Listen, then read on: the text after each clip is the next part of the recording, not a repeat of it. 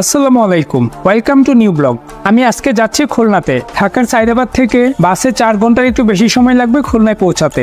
আর যদি ট্রেনে আসেন তাহলে রাত 7টা 30 মিনিটের ট্রেনে চলে আসতে পারবেন। অনেক ধীর গতিতে এসে ভোর 6টার মধ্যে আপনাকে খুলনা রেল স্টেশন নামাবে। বাসে বা ট্রেনে যেভাবেই আসেন না কেন, তাহলে আপনার টাইম এমনভাবে সেট করতে হবে যেন আপনি ভোর 7টার মধ্যে খুলনায় থাকেন। যারা 2 দিনের জন্য খুলনা শহর এবং শহরের আশেপাশে ঘুরতে চাচ্ছেন, আজকের ভিডিওটা শুধুমাত্র তাদের জন্য। আপনি যদি 2 দিনের জন্য খুলনা ঘুরতে আসতে চান, তাহলে অবশ্যই এই ভিডিওটা আপনাকে মনোযোগ দিয়ে দেখতে হবে। আপনি যদি বাসে আসেন তাহলে খুলনার এই সোনারভাঙ্গা বাস স্ট্যান্ডে নামবেন। ভোরে অবশ্যই 1 কাপ চা খেয়ে নেন, চাইলে নাস্তা করে নিতে পারেন।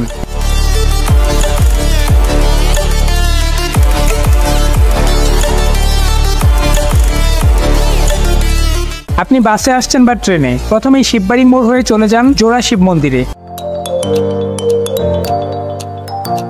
4টার দিকে নাস্তা করে স্টেশন থেকে 10 মিনিটে চলে যান জোড়া শিব মন্দির। প্রায় 325 বছরের পুরাতন এই শিব মন্দির। 2টি মন্দিরই একই আকৃতির। মন্দিরের পশ্চিম দিকে রয়েছে প্রায় 500 বছরের পুরাতন জোড়া একটি বটগাছ। কৃষ্ণরাম বসু 1698 সালে এটি নির্মাণ করেন বলে ধারণা পাওয়া যায়। আপনি হিন্দু ধর্মের লোক হলে তো অবশ্যই আসবেন। সারাদিনের খুলনা ট্যুর এটা দিয়ে শুরু করতে পারেন। আর আপনি মুসলমান হলে এখানে না আসাটাই ভালো হবে, কেননা মুসলমানের জন্য মন্দির ভ্রমণ উচিত না। তাহলে হিন্দু ভাই বোনেরা সকাল 8টা পর্যন্ত এখানে থাকুন। আর মুসলমান ভাই বোনরা যদি যান তাহলে তো গেলেন, এটা আপনার ইচ্ছা। যদি না গিয়ে থাকেন তাহলে প্রথমেই চলে যান শহীদ হাদিস পার্কে।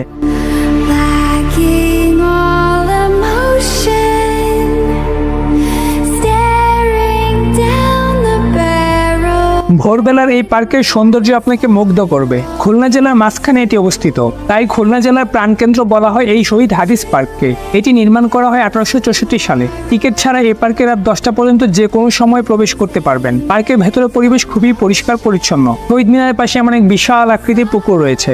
বিকাল থেকে সন্ধ্যায় এই শহীদ মিনারের উপরেই বেশি আড্ডা জমে। এই ফোয়ারাটা কখন যে অন রাখে আমি জানি না। রাতে যখন আসলাম তখনও অফ ছিল। আপনাদেরকে এই পার্কের রাতের সৌন্দর্যও দেখাবো। এই পার্কটি কপুতিরা খুব ভালো চেনেন। বাদাম কিনে প্রিয় মানুষটার পাশে নিশ্চিন্তে এই পার্কে বসতে পারবেন। খুলনা শহরে প্রেম করার একমাত্র জায়গা এটি। দিনের বেলা এমন রোদে মানুষ কম থাকে, দেখুন সন্ধ্যার পর মানুষ এখানে অনেক বেশি। সন্ধ্যায় পার্কে ঢোকার সাথে সাথেই অনেক মানুষ দেখতে পাচ্ছি। সব রকম মানুষ এখানে হাঁটতে আসে। রাতেও এই ঝর্ণার ফোয়ারাটা অফ আছে। রাতে এখানে জোড়া ছাড়া কম মানুষই দেখবেন আপনি। ফ্যামিলি প্রিয়জন নিয়ে সবাই এখানে আড্ডা দিতে আসে। আমি রাতে ছিলাম বলে রাতের ভিডিওটাও আপনাদেরকে দেখালাম। আপনারা এখানে রাতে কিভাবে আসবেন সেটাও এই ভিডিওতে বলা হবে, দেখতে থাকুন। এখন সকাল 9:30 পর্যন্ত এখানে থাকুন। বের হয়ে নাস্তা করে নেন। 10টায় নাস্তা শেষ করে রিক্সা নিয়ে 20 মিনিটে চলে যান খানজাহান আলী সেতুতে।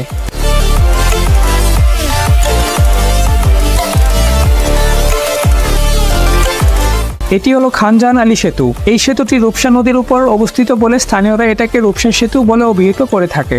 দিনে এবং রাতে এই সেতুর 2 রকম সৌন্দর্য উপলব্ধি করা যায়। এটার রাতের ভিডিও আমি আপনাদেরকে দেখাবো। এই সেতুকে খুলনা নগরীর প্রবেশদ্বার বলা হয়। মূলত আপনি সড়ক পথে খুলনা আসতে চাইলে এই রূপসা সেতুর উপর দিয়ে আপনাকে খুলনা শহরে ঢুকতে হবে। এই রূপসা নদীটি হওয়ারও একটা ইতিহাস আছে, ইনশাল্লাহ কোনো একদিন আপনাদের সাথে শেয়ার করব। এখন আপনাদেরকে এই সেতুর রাতের সৌন্দর্যটা একটু দেখাচ্ছি। এই সেতুর উপরে ওঠার জন্য 2 পাশে 2টি করে 4টি সিঁড়ি আছে। এই সেতুটি দিনে না যতটা সুন্দর, রাতে আরো অনেক বেশি সুন্দর। ভ্যান রিক্সার জন্য আলাদা লেন রয়েছে। পথচারীদের জন্য হাঁটার ব্যবস্থা আছে এই সেতুতে। সন্ধ্যা হলে অনেকেই এখানে ঘুরতে আসেন, আড্ডা দিতে আসেন। রাতে ব্রিজের সৌন্দর্যের সম্পূর্ণ একটি ভিডিও আমি পূর্বে আপলোড দিয়েছি, আপনারা চাইলে দেখে নিতে পারেন। ডেসক্রিপশনে লিংক আছে। 11টা পর্যন্ত সেতুতে থেকে নিচে এসে 8-10 মিনিটে চলে যান শেখ রাসেল ইকো পার্কে।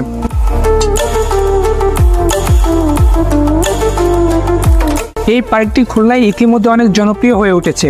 এর মধ্যে আপনাদেরকে আরেকটি কথা বলে রাখি, আজকে যারা আমার ভিডিও নতুন দেখছেন তারা ফেসবুক থেকে দেখে থাকলে পেজটি ফলো দিয়ে রাখুন। আর যারা ইউটিউব থেকে দেখছেন তারা চ্যানেলটি সাবস্ক্রাইব করে রাখুন। পূর্বেই যারা করেছেন তাদেরকে অসংখ্য ধন্যবাদ। একটা লাইক সাবস্ক্রাইব করতে ভাই টাকা লাগবে না, তাই আপনাদের এই ভাইকে একটি লাইক সাবস্ক্রাইব করে দেন। আমি যখন এখানে আসছিলাম তখন এটার আরো সৌন্দর্য বর্ধনের কাজ চলমান ছিল, চলছিল অনেক কনস্ট্রাকশন কাজ। তখন এটাতে ঢুকতে কোনো টিকিট ছিল না, তবে শুনেছিলাম কাজ শেষ হলে এটার এন্ট্রি ফি প্রথমে 20 টাকা করা হবে। এই ইকো পার্কে আপনি প্রথম আসলে সুন্দরবন বলতে ভুল করবেন না, অনেকে এটাকে মিনি সুন্দরবনও বলে থাকে। এক পাশে রয়েছে ঝাউবন আর এক পাশে লেক। মূলত সুন্দরবনের আদলে এটি তৈরি করা হয়েছে। সুন্দরবনে বিভিন্ন গাছ যেমন গোলপাতা, সুন্দরী, কেওড়া, খলিশা গাছ এখানে অন্যতম। প্রায় 42 একর জায়গার উপর নির্মিত হয়েছে এই পার্কটি।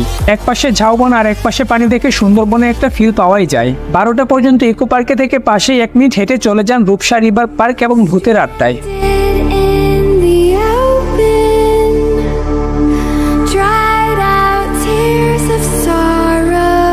শেখ রাসেল ইকো পার্কের সাথেই এটার অবস্থান। শুরুতে এটা ছিল বাচ্চাদের পার্ক। এখানে মহিলারা তাদের বাচ্চাদের নিয়ে আসতেন। ঢুকতেই অনেকগুলো বাচ্চাদের রাইড দেখতে পারবেন। রয়েছে একটি ভূতের বাড়ি, কিন্তু চারপাশে নোংরা হয়ে জঙ্গল হয়ে গেছে। প্রথমে এটাই ঢুকতে 50 টাকার টিকিট ছিল, সাথে বাচ্চাদের জন্য সুইমিং পুলও ছিল এখানে।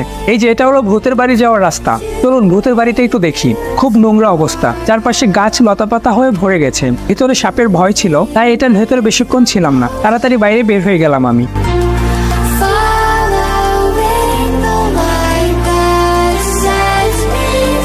তবে এটাই অনেক ভাস্কর্য রয়েছে, পরিষ্কার পরিচ্ছন্ন করে রাখলে দেখতে ভালো লাগতো। এটা বাচ্চাদের পার্ক থাকলেও এখন এখানে কোনো বাচ্চা আসে না, এখন আসে শুধু বড় বাচ্চারা, মানে কপুতিরা। কাপল প্লেস বা কাপল পার্ক নামে এখন এটি পরিচিত। খুলনা শহরের সব থেকে নোংরা প্লেস এটা। কি থেকে কি হয়ে গেল, বাচ্চাদের সব রাইড নষ্ট হয়ে গেল, আর চালু হয়ে গেল কাপলদের ডেটিং প্লেস। পার্কে নাই কিছু, তাও এখন এন্ট্রি ফি 150 টাকা। খুলনা শহরে বা ওই এলাকার কেউ ভিডিওটি দেখে থাকলে নজরে নেবেন। দিনে দুপুরে এই পার্কে কাপলদের আড্ডার জন্য রুম করে দেওয়া হয়েছে। এতে ওই এলাকার যুব সমাজ অবশ্যই ধ্বংস হচ্ছে।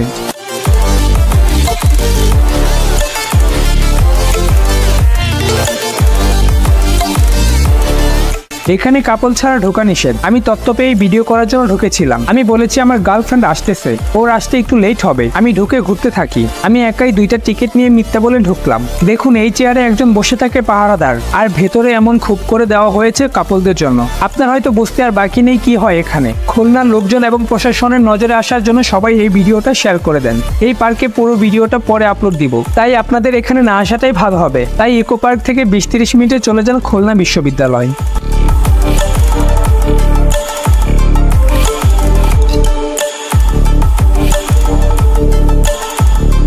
এটি হলো খুলনা বিশ্ববিদ্যালয়ের অদম্য বাংলা। খুবই মনোরম, পরিষ্কার পরিচ্ছন্ন একটি ক্যাম্পাস। দুপুরবেলা এখানে এসে একটু রেস্ট নেন, চা খেয়ে নেন। এই ক্যাম্পাসের পরিবেশ অবশ্যই আপনার ভালো লাগবে।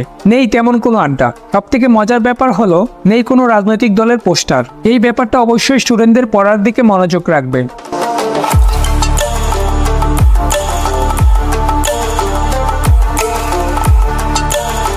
এখানে না আসলে আপনি কখনো বুঝতেই পারবেন না এটার পরিবেশ কতটা সুন্দর। খুলনা আসলে অবশ্যই আপনি এখানে আসবেন। যেহেতু এরিয়া অনেক বড়, তাই এটা ঘুরতে অনেক বেশি টাইম লাগবে। সবটা দেখে শেষ করতে না পারলেও ছেলেদের খানজাহান আলী হল, মাইকেল মধুসূদন দত্ত অতিথি ভবনটা দেখবেন। ভুলেও বিশ্ববিদ্যালয়ে মেয়েদের দিকে তাকাবেন না। এখানে মেয়েদের দিকে তাকানোটাই সব থেকে বড় ভুল হয়ে যাবে আপনার। তার কারণ হলো খুলনার মেয়েরা অনেক সুন্দর, আর এই বিশ্ববিদ্যালয়ের মেয়েরা তো আরো অনেক বেশি সুন্দর। তাই মেয়ে দেখেই আপনার সারাদিন চলে যাবে, অন্য জায়গাগুলো আর দেখা হবে না আপনার। 1989 সালের 9 মার্চ তৎকালীন রাষ্ট্রপতি হুসেন মোহাম্মদ এরশাদ খুলনা বিশ্ববিদ্যালয়ের ভিত্তিপ্রস্তর স্থাপন করেন। এর মধ্যে আপনার দুপুরে খাবার সময় হয়ে যাবে, তাই বাইরে থেকে অনেক কম দামে এখানে ক্যাফে থেকে খেয়ে নেন। 3টায় বিশ্ববিদ্যালয় থেকে বের হয়ে মেন গেট থেকে অপোজিট পাশে পায়ে হেঁটে 2 মিনিটে চলে যান গল্লামারি বদ্ধভূমিতে।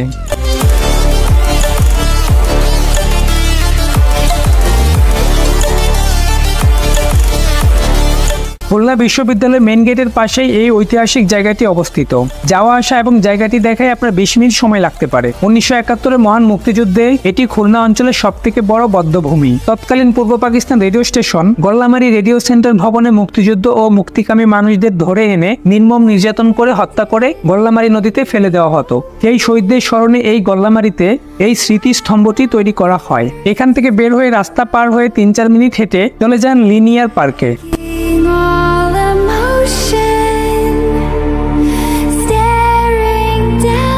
প্রথমে এটিও ফ্যামিলি পার্ক এবং বাচ্চাদের জন্য জনপ্রিয় ছিল, কিন্তু কালক্রমে এটিও কাপল পার্ক হিসেবে জনপ্রিয়তা পাচ্ছে। খুলনা বিশ্ববিদ্যালয়ের পাশে হওয়ায় ছেলে মেয়েদের আড্ডা এখানে বেশি দেখা যায়। খুলনা বিশ্ববিদ্যালয়ের বাউন্ডারির পরেই এই পার্কের অবস্থান। 3:30 এখানে ঢুকে 4টার মধ্যে এই পার্ক ঘুরে শেষ করে ফেলতে পারবেন। আপনার যদি অন্য কোথাও একটু বেশি সময় চলে যায়, তারপরও 5টার মধ্যে সব কমপ্লিট হয়ে যাবে।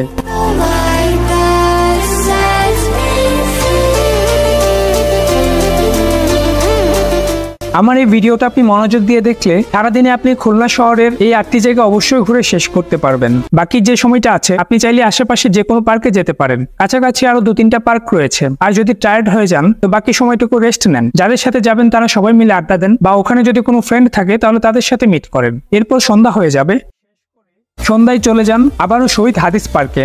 এখানে রাতের পরিবেশটা দেখতে পারবেন।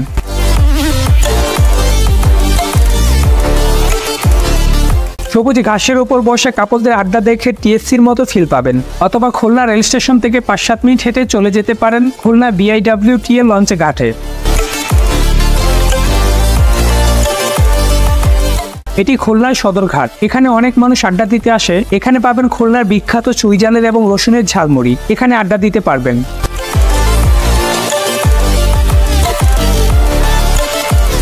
অথবা রাতের রূপসা সেতু সৌন্দর্য দেখতে চলে যেতে পারেন আবারও খানজাহান আলী সেতুতে। রাতের সময়টা এই জায়গাগুলোতে আড্ডা দিতে পারেন। রাতের 10টা পর্যন্ত এখানে আড্ডা দেন, তারপর চলে যান আপনার রাতে থাকার হোটেলে। চাইলে আরো রাত পর্যন্ত এখানে আড্ডা দিতে পারেন। আশা করি কোনো সমস্যা হবে না। আমি অনেক রাত পর্যন্ত বাইরে হেঁটেছি, কোনো চোর ছিনতাইকারী দেখা পাইনি। ভিডিওটি দেখে যদি আপনার ভালো লাগে তাহলে অবশ্যই লাইক, কমেন্ট, শেয়ার করতে ভুলবেন না। আপনি এতক্ষণ ভিডিওটা ফেসবুক থেকে দেখে থাকলে পেজটি ফলো দিয়ে রাখুন। আর যদি আপনি ইউটিউব থেকে দেখে থাকেন তাহলে চ্যানেলটি সাবস্ক্রাইব করে দিবেন। 2 দিনের খুলনা ভ্রমণের প্রথম দিন এখানেই শেষ করছি। কিছুক্ষণ পর আমি হোটেলে গিয়ে রেস্ট নিব। শিববাড়ি মোড়, সোনাডাঙ্গা বা BL কলেজের আশেপাশে 800 থেকে 1000 টাকার মধ্যে ভালো মানের হোটেল পেয়ে যাবেন, যেখানে 2 জন থাকতে পারবে। ইনশাআল্লাহ সকালে দেখা হবে। শুভরাত্রি। সবাই লাইক, কমেন্ট, শেয়ার করে দেন।